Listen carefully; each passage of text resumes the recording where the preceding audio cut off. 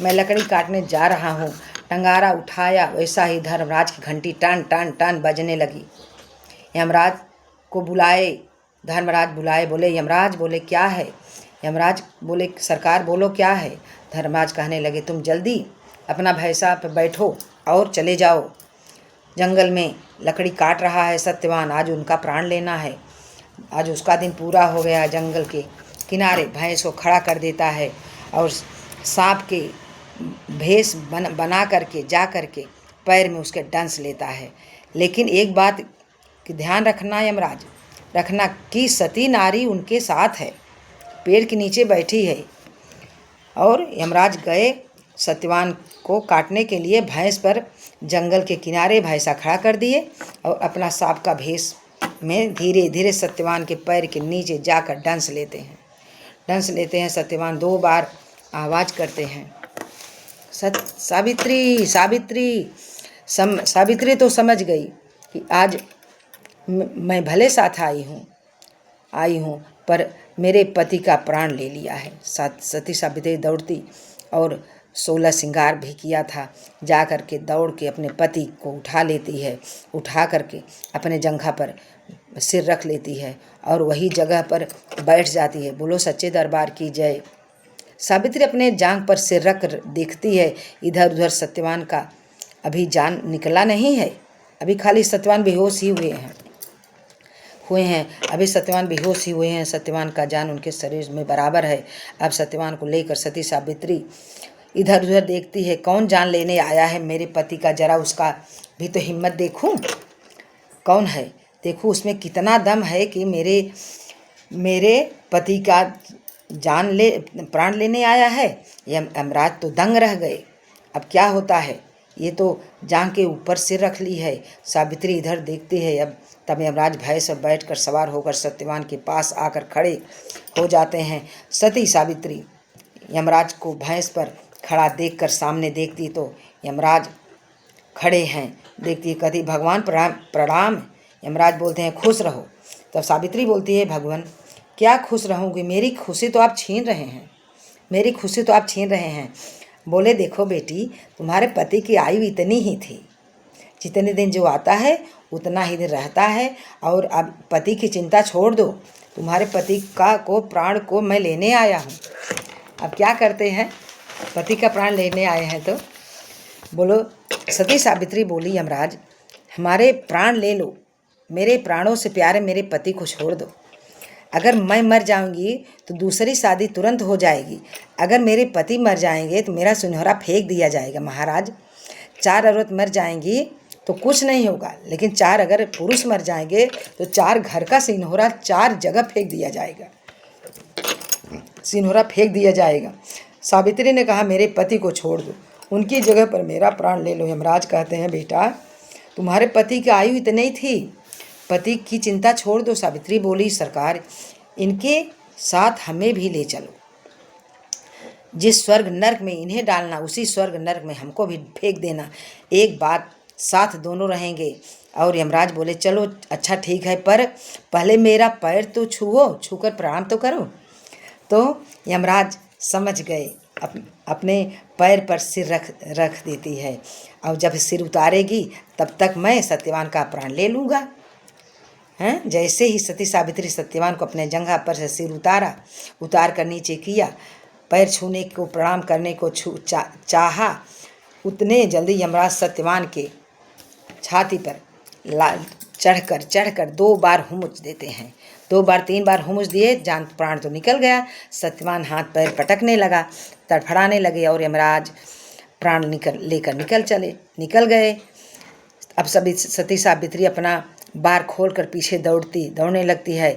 यमराज कहते हैं कि साथ मत आ जाओ बेटा, तुमको साथ नहीं आना है, तुम अपने घर को लौट जाओ। सती सावित्री कहती है इस दुनिया मेरा है कौन, जो है कौन, वह स्त्री कैसे रहेगी। धर्मराज कहते हैं कौन सा वरदान चाहती हो मांग लो और चली जाओ, यहाँ पर मृतक के सिवा कोई नहीं आता है बेटा, जो भी वरदान मांगना हो दे दूंगा। सती सावित्री बोली। सावित्री कही वरदान देना चाहते हो तो मेरे सास ससुर अंधा है, उनको आँख दे दो। कहन एवं मस्त। यह वरदान देकर यमराज फिर जाने लगते हैं। फिर सती सावित्री उनके पीछे चल देती है। जब बहुत दूर चले जाते हैं तो यमराज पीछे मुड़कर देखते हैं, फिर सती सावित्री पीछे लगी है। यमराज बोलते हैं कि सावित्री मान जाओ, सावित्री मान जाओ, पर सावित्री मानती नहीं है, मानेगी नहीं। सावित्री बोली, मैं मानने के लिए नहीं आई हूँ, मुझे भी ले चलो साथ में। यमराज कहने लगे, चलो एक वरदान और मांग लो। कौन सा वरदान दोगे? खाली वरदान वरदान करते हो, कौन वरदान दोगे? 2 वरदान हमको, वापस चली जाऊंगी। सती सावित्री कहती है कि घर मेरा, मेरे पड़ोस अड़ोस ने मेरा घर छीन लिया है, मेरा राजपाट सब छीन लिया है, मेरा राजपाट लौट आए, ऐसा वरदान दे दो। बोले मस्त। प्राण लेकर सीधा धर्मराज के पास चले गए यमराज। सावित्री बाल छोड़कर नीचे खड़ी है। धर्मराज बोले, अरे बेटी, तुम्हें बार बार समझाया जा रहा है, चली जाओ, जिंदा आदमी यहाँ नहीं आते, लौट जाओ, लौट जाओ। सावित्री ने कहा, महाराज, मैं लौटने के लिए यहाँ नहीं आई हूँ, मैं तो अपना प्राण देने के लिए यहाँ आई हूँ। मेरे प्राणों से प्यारे मेरे पति, बिना पति का मेरा कौन कदर करेगा?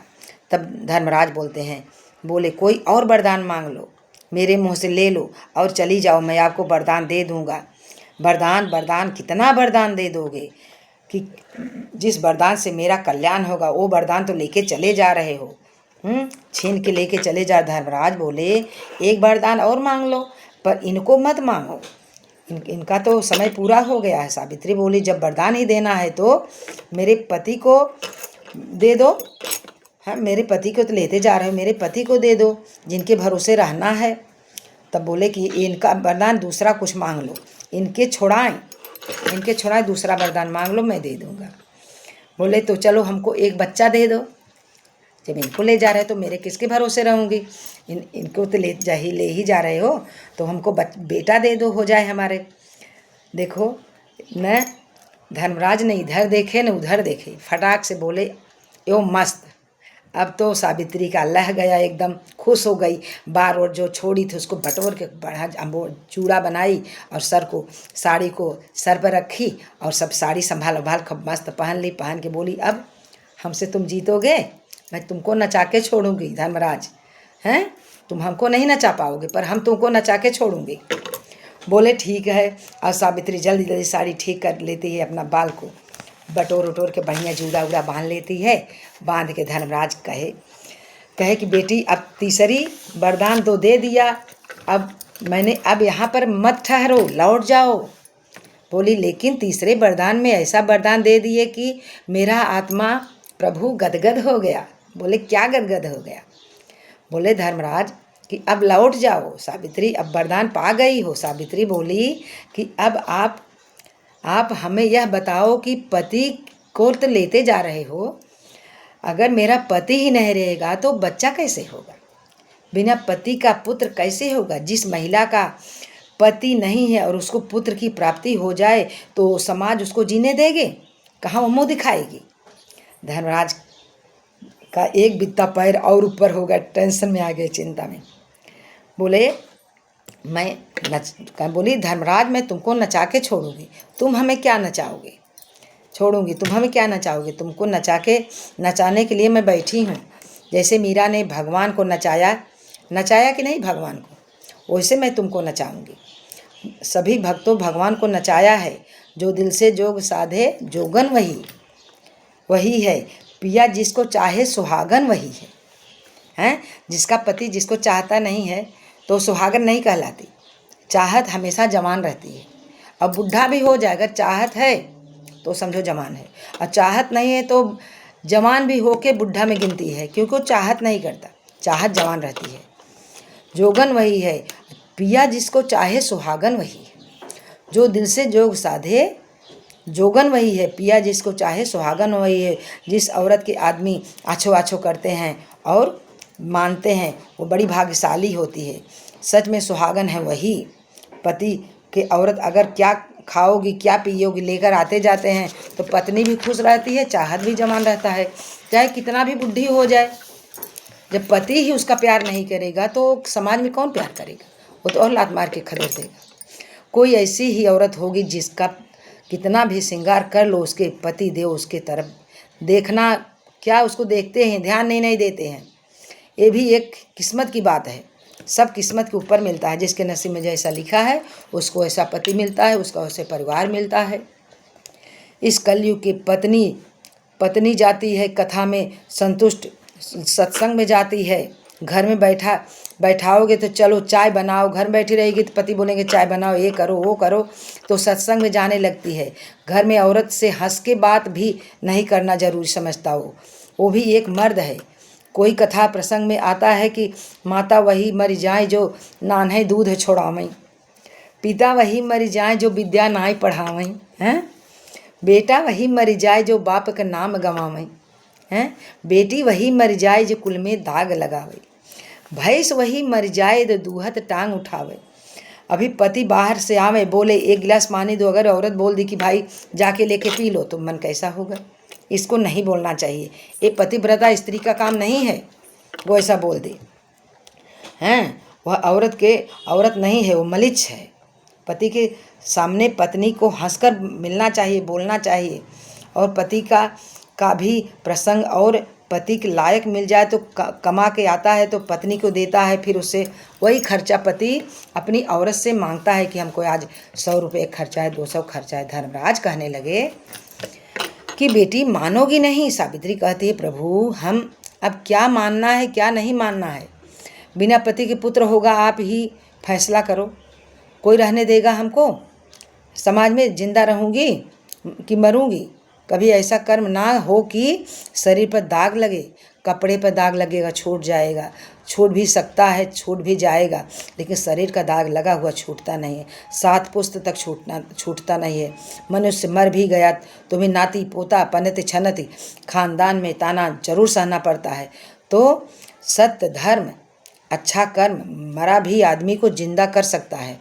आज देखो सती सावित्री अपने अच्छे कर्म से और धर्म किए से करने सभी की हेल्प करने से अपने मरा हुआ पति को जिंदा कर देती है। यमराज धर्मराज दोनों हार गए। धर्मराज से कहती है सावित्री की आपकी बात में दम नहीं है, दम तो है मेरी बात, आवाज़ में प्रभु हैं, मैं सती हूँ। सावित्री का दर्जा ऊंचा है। धर्मराज पैर पकड़ सावित्री कहते हैं बेटी हमको खतरे में मत डालो, मुझे अगर तुम्हारे पति जिंदा हो गए तो मेरा नाक कट जाएगा। अगर सावित्री कहती है धर्मराज अगर आज हमारे पति जिंदा हो गए तो तुम्हारी नाक कट जाएगी, अगर बिना पति के बच्चा हो गया हमको पुत्र हो गया तो हमारे साथ हमारे पूरा कुल 7 पुश्त कुल का नाक कट जाएगा।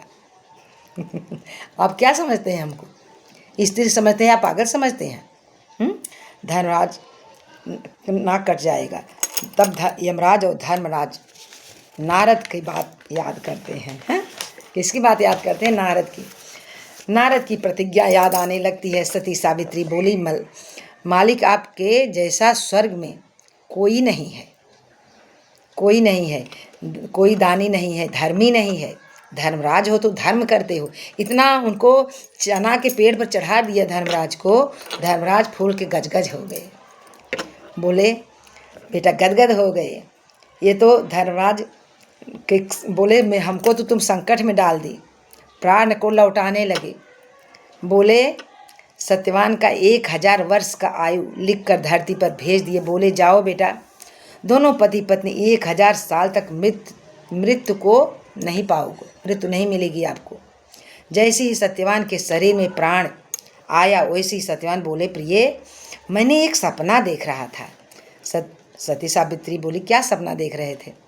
बोला यही सोने में मैंने सपना देखा कि एक काला रंग का आदमी मेरे पास आया है, मेरे प्राण को लेकर यमलोक चला गया है, लेकिन तुमको भी मानना पड़ेगा, तुमने मैं छोड़ा नहीं मेरा साथ प्रिय। सती सावित्री बोली सपना नहीं था, सच्ची घटना थी। मेरे स्वामी यमराज प्राण लेके स्वर्ग चले गए थे। हमारे जैसे पतिव्रता नारी थी कि मैंने आपके प्राण को लौटा के प्राण लाई, और प्राण नहीं भी लौटाए तो मैंने सास ससुर को भी आँख भी लौटाई और सारा राजपाट आपका लौटाई। यही भी मेरी नहीं, तुम्हारे 100 शौक भी गए। सत्यवान बोले तुम्हारे जैसे स्त्री संसार में मैंने नहीं देखा। सत्यवान सावित्री को गले लगा कर रोने लगे, और जो तुमने जगत में काम किया ऐसा काम कोई नारी नहीं कर सकती। सती सावित्री, न कोई कर पाएगा। धन धन्य धन्य तुम नारी, जगत की अपने मरे हुए पति को जिंदा करवा दिया, अपना गया हुआ राजपाट लौटा लाई, माई बाबू की आँख में अजोर करवा दिया। ऐसा काम दुनिया में कोई नहीं करवा सकता। और यह दुनिया में पूरा शोर हो गया कि सती सावित्री ने अपने सास ससुर की आँख लौटाई, अपना सारा जायदाद लौटाया और सत्यवान का प्राण लौटाया। बोलो सती सावित्री सत्यवान की जय हो।